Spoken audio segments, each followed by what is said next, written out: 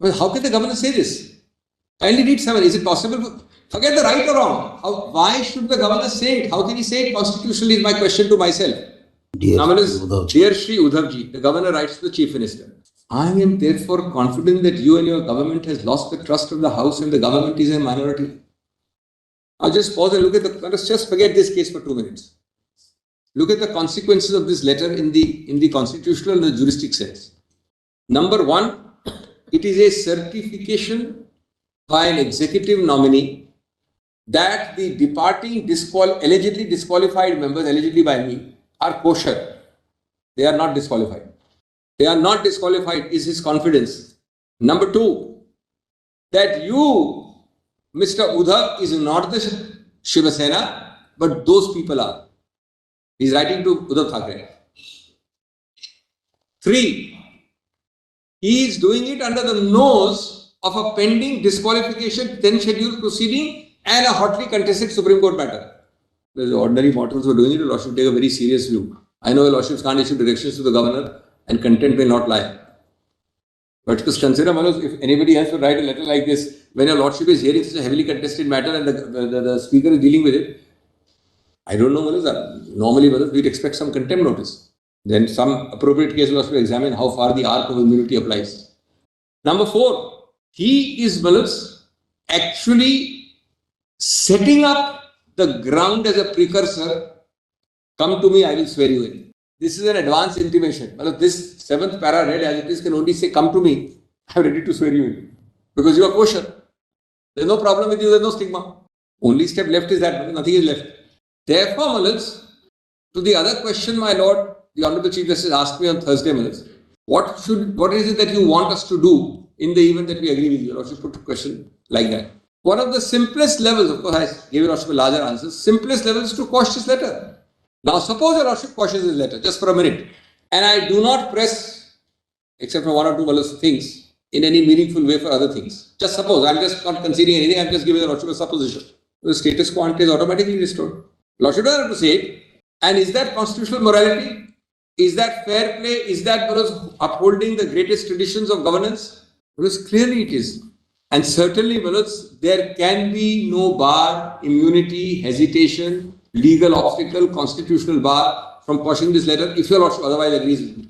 This letter is not a non-quashable document, It's a direct prayer, directly impugned in all the petitions or many of the petitions. Take it, take it that it's impugned. The 5th is a obvious consequence of this consequence. Next step is swearing, which happens on 30th. This is 28th, 30th. In fact, the seeds of that are very clear in para 7. I told you it's an advance intimation. It happens 2 days later. So that's a letter saying you are kosher. That is acting on the letter and giving you a constitutional status of a minister. Well, in fact, I'm sorry, that swearing in was the Chief Minister. 30th was the swearing of Mr. Shinde. Chief Minister. 38th. So you are swearing in a constitutional head of state. And what is the last consequence is again consequential to the consequence, which is appointment of the Speaker. If I may say the new Speaker or the Speaker.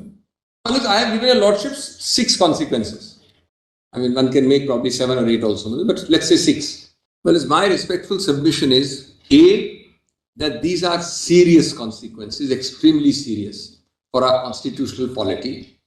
B, they are case neutral to the present case. They are extremely serious for our constitutional polity. B, they are case neutral from this present case. They are juristic questions and they are bound to recur unless your Lordship plugs the loophole this way or that way. Third, these are all within your Lordship's judicial domain. None of this is a no-go area. Fourth, and this is very important, fourth, only your Lordship, I am not saying your Lordships may, I am saying only your Lordships can decide and should decide this. I am not even making an optional rule. According to me, this is only the Honorable Supreme Court which can and should decide it here, not delegated to any other authority. Then, this is the main point, probably. And then, of course, it follows that your Lordship would, as an ancillary, because your Lordship passes ancillary. Yes, now it says, it's just 2 minutes more. Well, I have one question, but I don't want to disturb your Lordship. I'll just take about 10 minutes more. I'm going to make some. So, your Lordship will therefore restore in the ancillary sense, the position as on 27th or such date. That is, ultimately your Lordship's orders are not spurics. They have to have an effect. That effect has to be only that restoration. To restore position as on 27th August, June. That is, this is 28th, so 27th is one day before. Is well as an interesting point. I'm not merger, just see the irony here. Your Lordships has only one defense, fellows, apart from condonation of merger. Merger is the supreme irony in this case. Merger is not even alleged by them, claimed by them, raised by them. In case of a merger, suppose 8 out of 10, 6 out of 10, 9 out of 10 leave, the remaining chap left behind is protected. Under your Lordship's 10th schedule is protected. He otherwise he's a loner. He would himself be he's protected. Here, but for Lordship's interim order, which we argued just a few days ago, I'm not protected. Without claiming merger, I mean, today they are issuing letters and whips, which I'm not talking about Lordship's protection. The whip is being issued as we speak, in various matters, they are entitled to, if the EC has recognized them. But for Lordship's protection, I would be liable to be disqualified for not following his whip. Because without invoking merger, without getting a merger, there is no protection. They have become the party.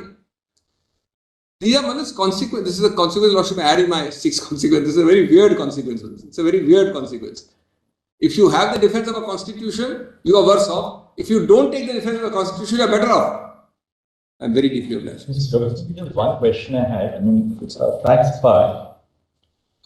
You said, and both Mr. Sibal also said the same thing, that this is not a case where a trust vote is called when the House is constituted for the first time. So that the governor's powers, of course, the governor has the power to call for a trust vote when there is no clear majority on the floor. But not after the election that you have for the first time. It's not after the election because here the government is formed.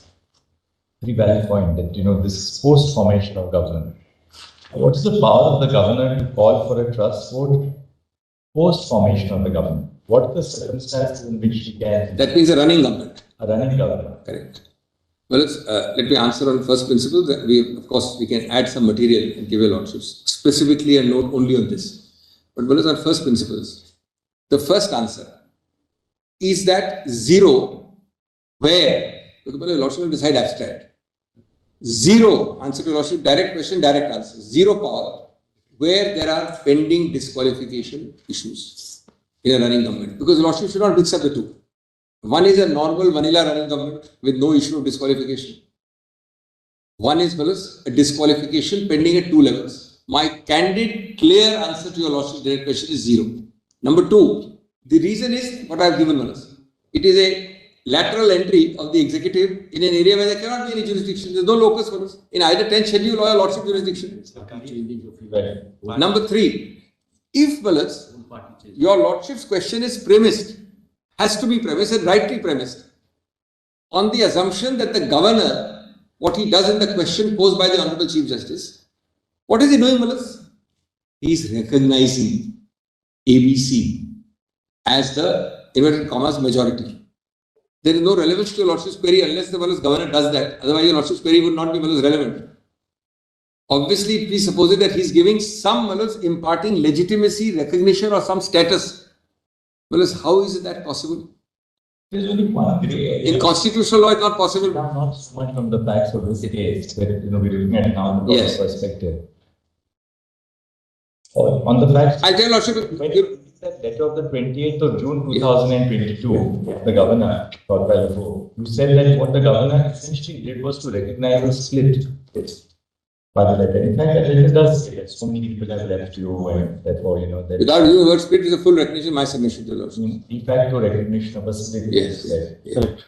Now, your answer to that is that the governor, so long as the disqualification petitions are pending, he cannot call for a trust vote for the simple reason that you are still a part then of the government which is supported when the House was formed.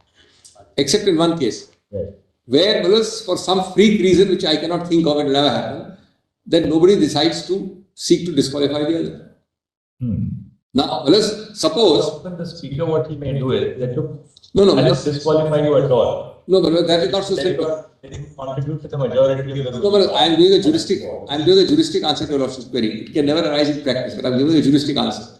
That will have to be a situation where there is no cavil and dispute. I mean, it is virtually by consent of everybody. But with that answer comes a caveat.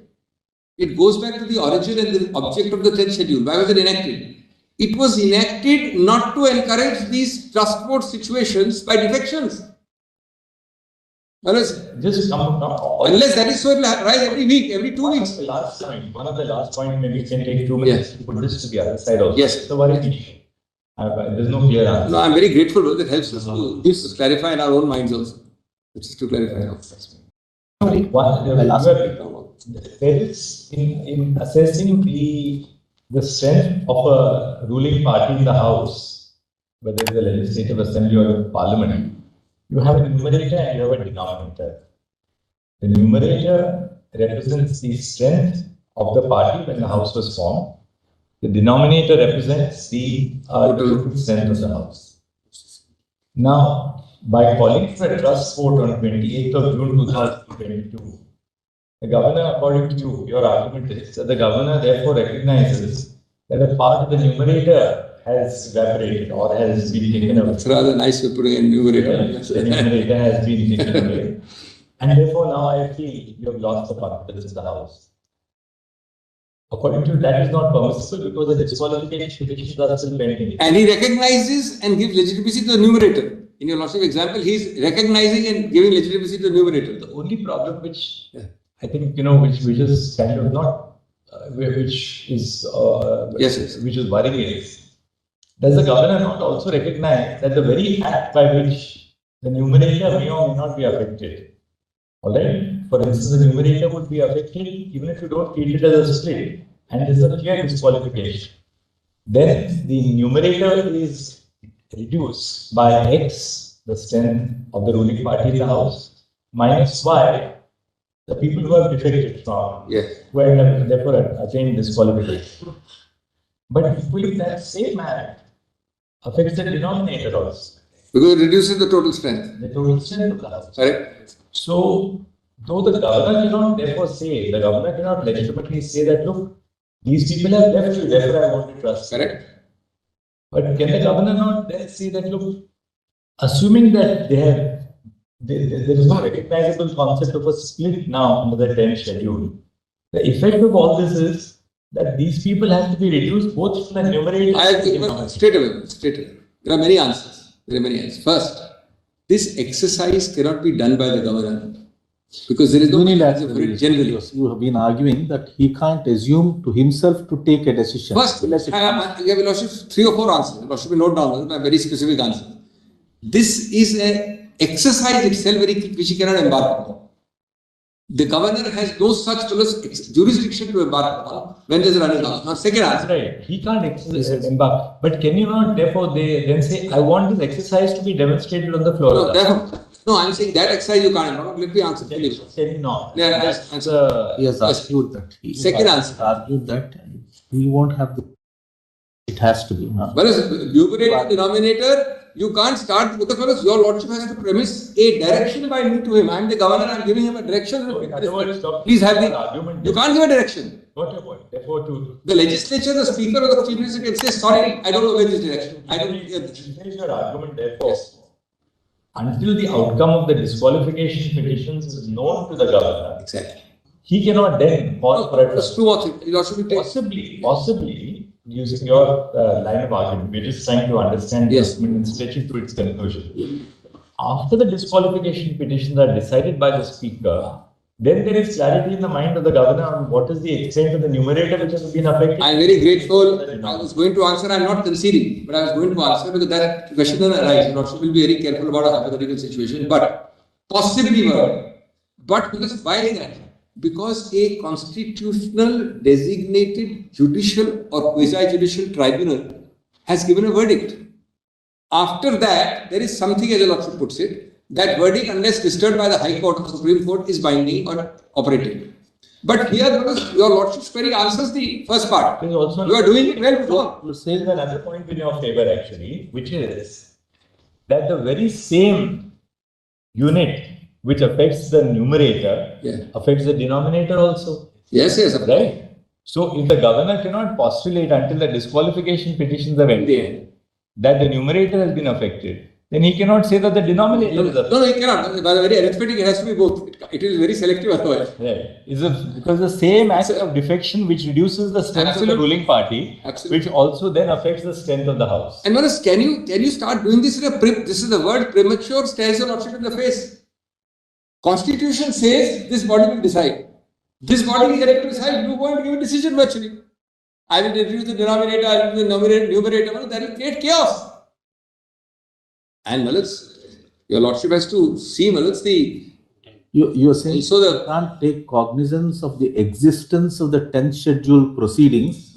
He can take only upon an order passed by. Consequence of the 10th schedule proceeding. After a determination by the 10th schedule. That's a very pithy summary. The consequence of the 10th schedule can be some basis, unless disturbed by the High Court or Supreme Court, to act. Until then, they continue to be members of the. And it would be in rem. Once that. Otherwise, this would be really a method. There will be chaos. There will be chaos. And Manoj, not that it should come into your Lordship cannot ignore the reality, Manoj, of around the country. Governors also. We got your Governors are no more angels. Just 2 cents. Number one, Malaj, 10th schedule doesn't recognize majority minority. Absolutely. No question. Correct? 10th schedule postulates, Malaj, that even if there is a split of a majority, it can't be recognized. The governor knows that. The governor knows that, Malaj. And Malaj, 10th schedule, also, para 3 also said there must be a split in the original political party. 10th schedule, Malaj, para 3 said original political. Right. It's your main We know that there was no split. Governor knows there was no split in the original political party. So on what basis will he ever recognize? And your answer to your Lordship's question, how will the governor call Malaj? Supposing one of the parties moves away from the coalition and goes to the governor along with the BJP and said, now we are... That's not an individual act of defection. Yes, that's right. So this is an individual act. It has to be the act of a party. Now you have recognized the majority as the party and writing a letter to the chief minister. This is unheard of. So if a party says we don't support the government anymore, that's not a disqualification. That's we don't support. The governor says you lost one of your constituents. Government falls. That's fine. That's all right. So that I'm sorry for that. I didn't want to. Very deeply obliged. Thank you, Dr.